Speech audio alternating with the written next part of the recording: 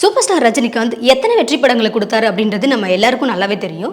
Super star ரஜினிகாந்தை வச்சு ஒரு படமாவது ஏற்கிற மாட்டோமா அப்படின்ற ஆசை அவர் நடிக்க ஆரம்பித்த காலத்திலிருந்து இப்போ வரைக்கும் எல்லா டைரக்டர்ஸ்க்கும் இருக்கும். சூப்பர் ஸ்டார் ரஜினிகாந்தோடைய படங்கள் எல்லாமே நல்ல வசூல் பண்ணிடும். அப்படி இருந்தும் சூப்பர் ஸ்டார் ரஜினிகாந்தோடைய 100வது படத்தை இயக்க சொல்லி ரஜினிகாந்தே ஒரு டைரக்டர்கிட்ட கேட்டு அந்த படத்தை பண்ண மாட்டேன் அப்படின்னு ஒரு டைரக்டர் சொல்லியிருக்காரு. அந்த டைரக்டர் யாராக இருக்கும், எதுக்காக அந்த படத்தை பண்ண மாட்டேன்னு சொல்லியிருப்பாரு? சூப்பர் ஸ்டார் ரஜினிகாந்துடைய 100வது படமான ஸ்ரீ ராகவேந்தர் அப்படின்ற படத்தை பத்தின பல சுவாரஸ்யமான தகவல்களை இந்த நிகழ்ச்சியில திரைப்பட தயாரிப்பாளர் மற்றும் இயக்குனருமான சித்ரா லட்சுமணன் நம்ம கூட ஷேர் பண்ணியிருக்காங்க.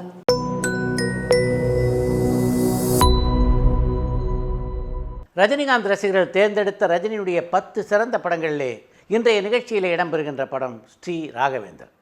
ரஜினிகாந்தை பொறுத்த வரைக்கும் சிறு வயது முதலே ராகவேந்தருடைய தீவிர பக்தராக இருந்தவர். அதுக்கு முக்கியமான காரணம் அவங்க வீட்டில் எல்லோருமே ராகவேந்தருடைய பக்தராக இருந்தது தான். ஒரு காலகட்டத்தில் ரஜினியுடைய கனவிலே ராகவேந்தரே தோன்றினார். அதைத் தொடர்ந்து மந்திராலயத்துக்கு சென்று அந்த மகானுடைய கோவிலை தரிசித்து விட்டு வந்தார் ரஜினிகாந்த்.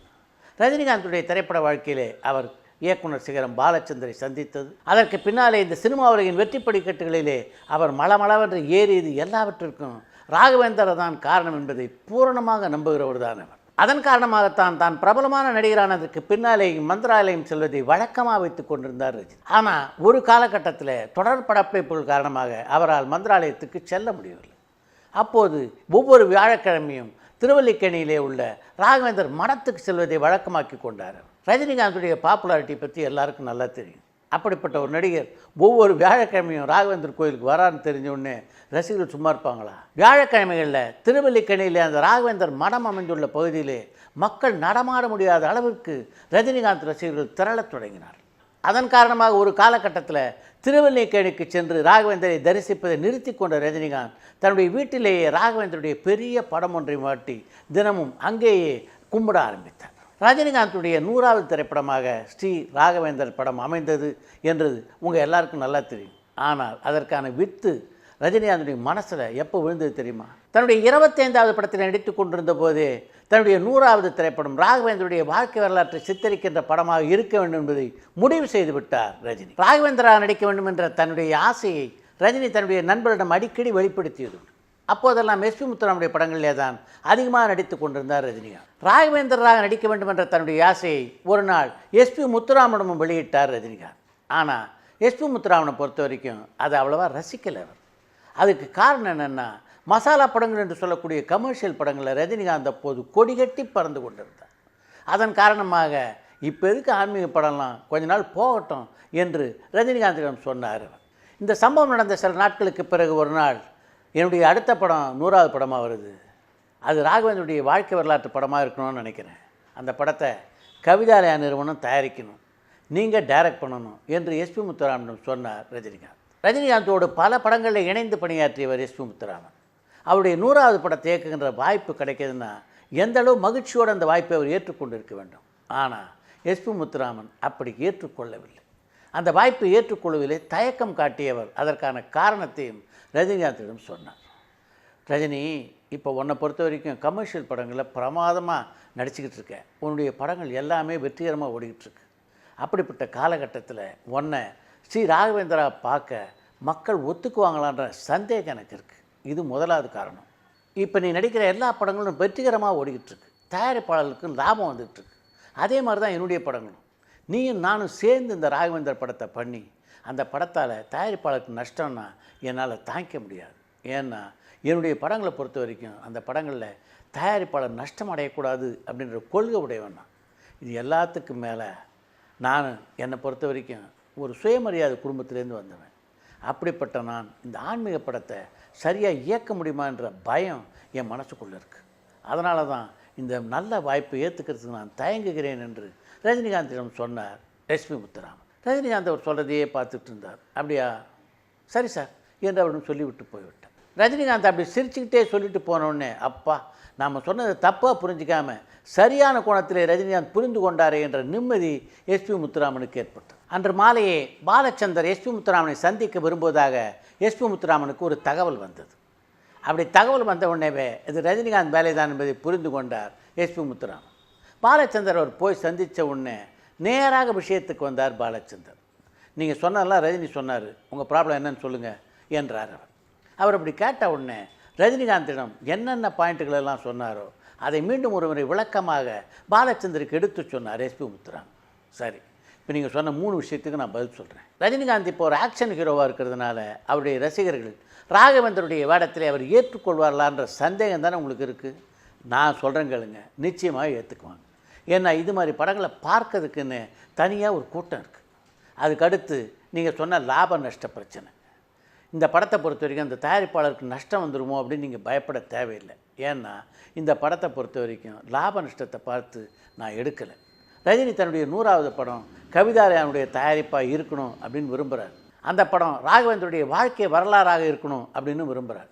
இந்த படத்தை தயாரிக்கிறத நிஜமாகவே கவிதாலயத்துக்கு ஒரு பெரிய வாய்ப்பாக நான் நினைக்கிறேன்.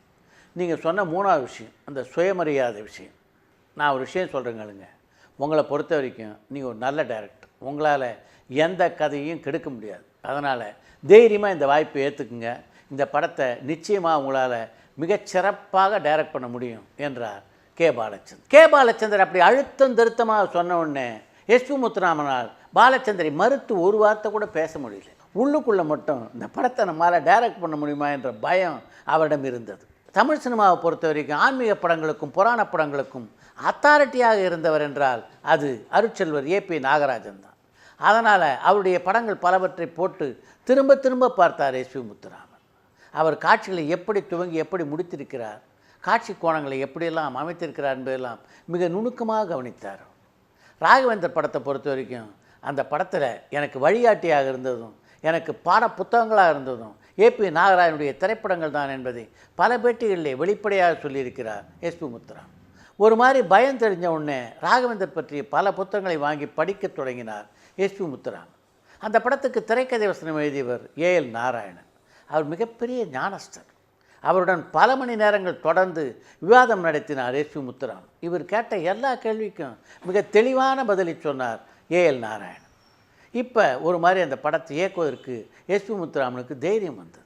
ராகவேந்தராக ரஜினிகாந்த் நடித்த அந்த படத்திலே விஷ்ணுவர்தன், சத்யராஜ், மோகன், டெல்லி கணேஷ், மேஜர் சுந்தர்ராஜன், ஒய்ஜி மகேந்திரன், தேங்காய் சீனிவாசன், பிஎஸ் ராகவன், நேல்கள் ரவி, ஜனகராஜ் என்று மிகப்பெரிய நட்சத்திர பட்டாளம் பங்கேற்றது. முதல் நாள் படப்பிடிப்புக்கு மேக்கப்போடு ரஜினிகாந்த் வந்தபோது ரஜினிகாந்தை என்னால் பார்க்க முடியல. ஸ்ரீ ராகவேந்தரைத்தான் நான் பார்த்தேன் என்று ஒரு பத்திரிகை பெட்டியிலே குறிப்பிட்டிருக்கிறார் எஸ்பி முத்துராமன். அந்த வேட பொருத்தம் ரஜினிகாந்துக்கு மிக சரியாக பொருந்தியிருந்தாலும் அந்த வசனம் பேசுறதுல உள்ள வேகம் இருக்குல்ல, அது மட்டும் ரஜினிகாந்திடம் மாறாமல் இருந்தது. அந்த குறையை மிகவும் நாசுக்காக எஸ்பி முத்துராமனுடைய உதவியாளரான லட்சுமி நாராயணம் ரஜினிகாந்திடம் சுட்டி காட்டினார். அவர் அப்படி சொன்னதுக்கு பின்னாலே அதையெல்லாம் உள்வாங்கி கொண்டு 2வது நாள் படப்பிடிப்பு தளத்திலே ரஜினிகாந்த் காலடி எடுத்து வைத்த போது அந்த யூனிட்டில் இருந்த மொத்த பேரும் பக்தியோடு அவரை வணங்கினார்கள்.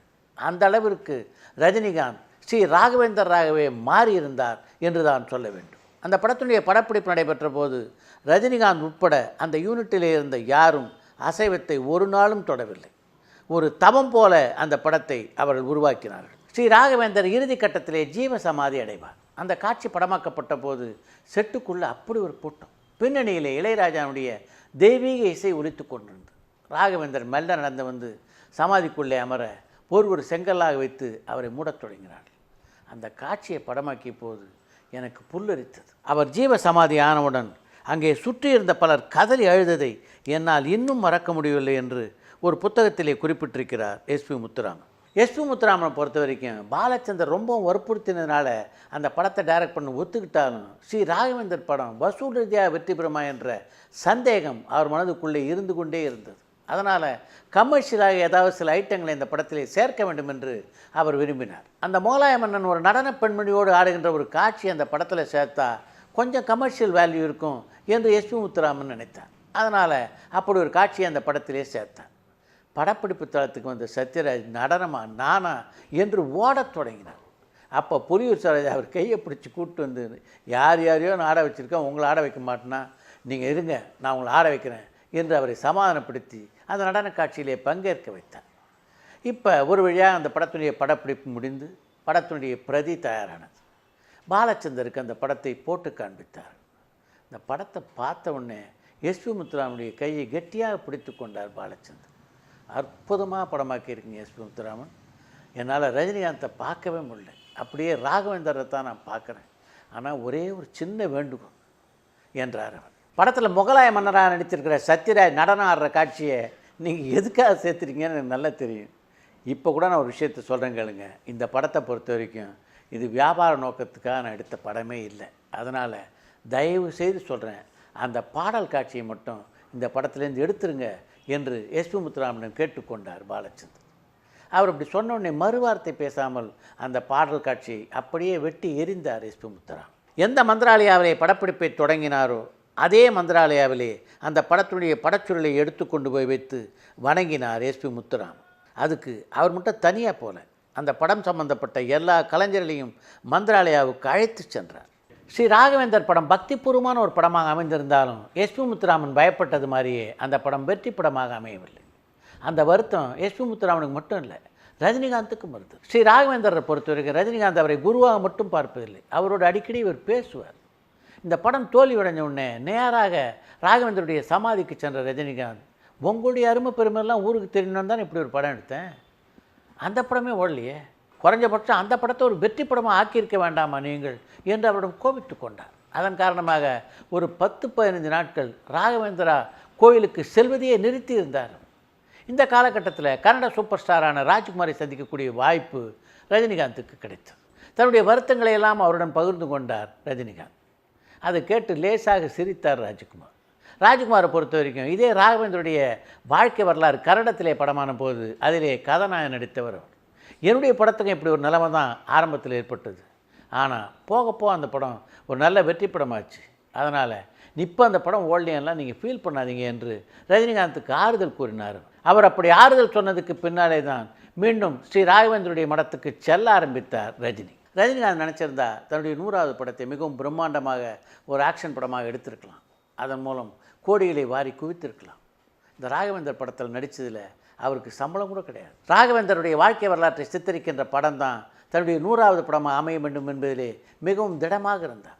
வாழ்க்கை முழுசும் பணத்தையே தேடி ஓடிக்கிட்டு இருக்கக்கூடாது, நம்முடைய ஆன்ம திருப்திக்காகவும் ஏதாவது ஒரு விஷயம் செய்ய வேண்டும் என்பதுதான் ரஜினிகாந்துடைய கொள்கை. அந்த கொள்கையில் அவர் பிடிப்போடு இருப்பதனால்தான் இது போன்ற செயல்களை அவரால் செய்ய முடிகிறது என்பதுதான் உண்மை.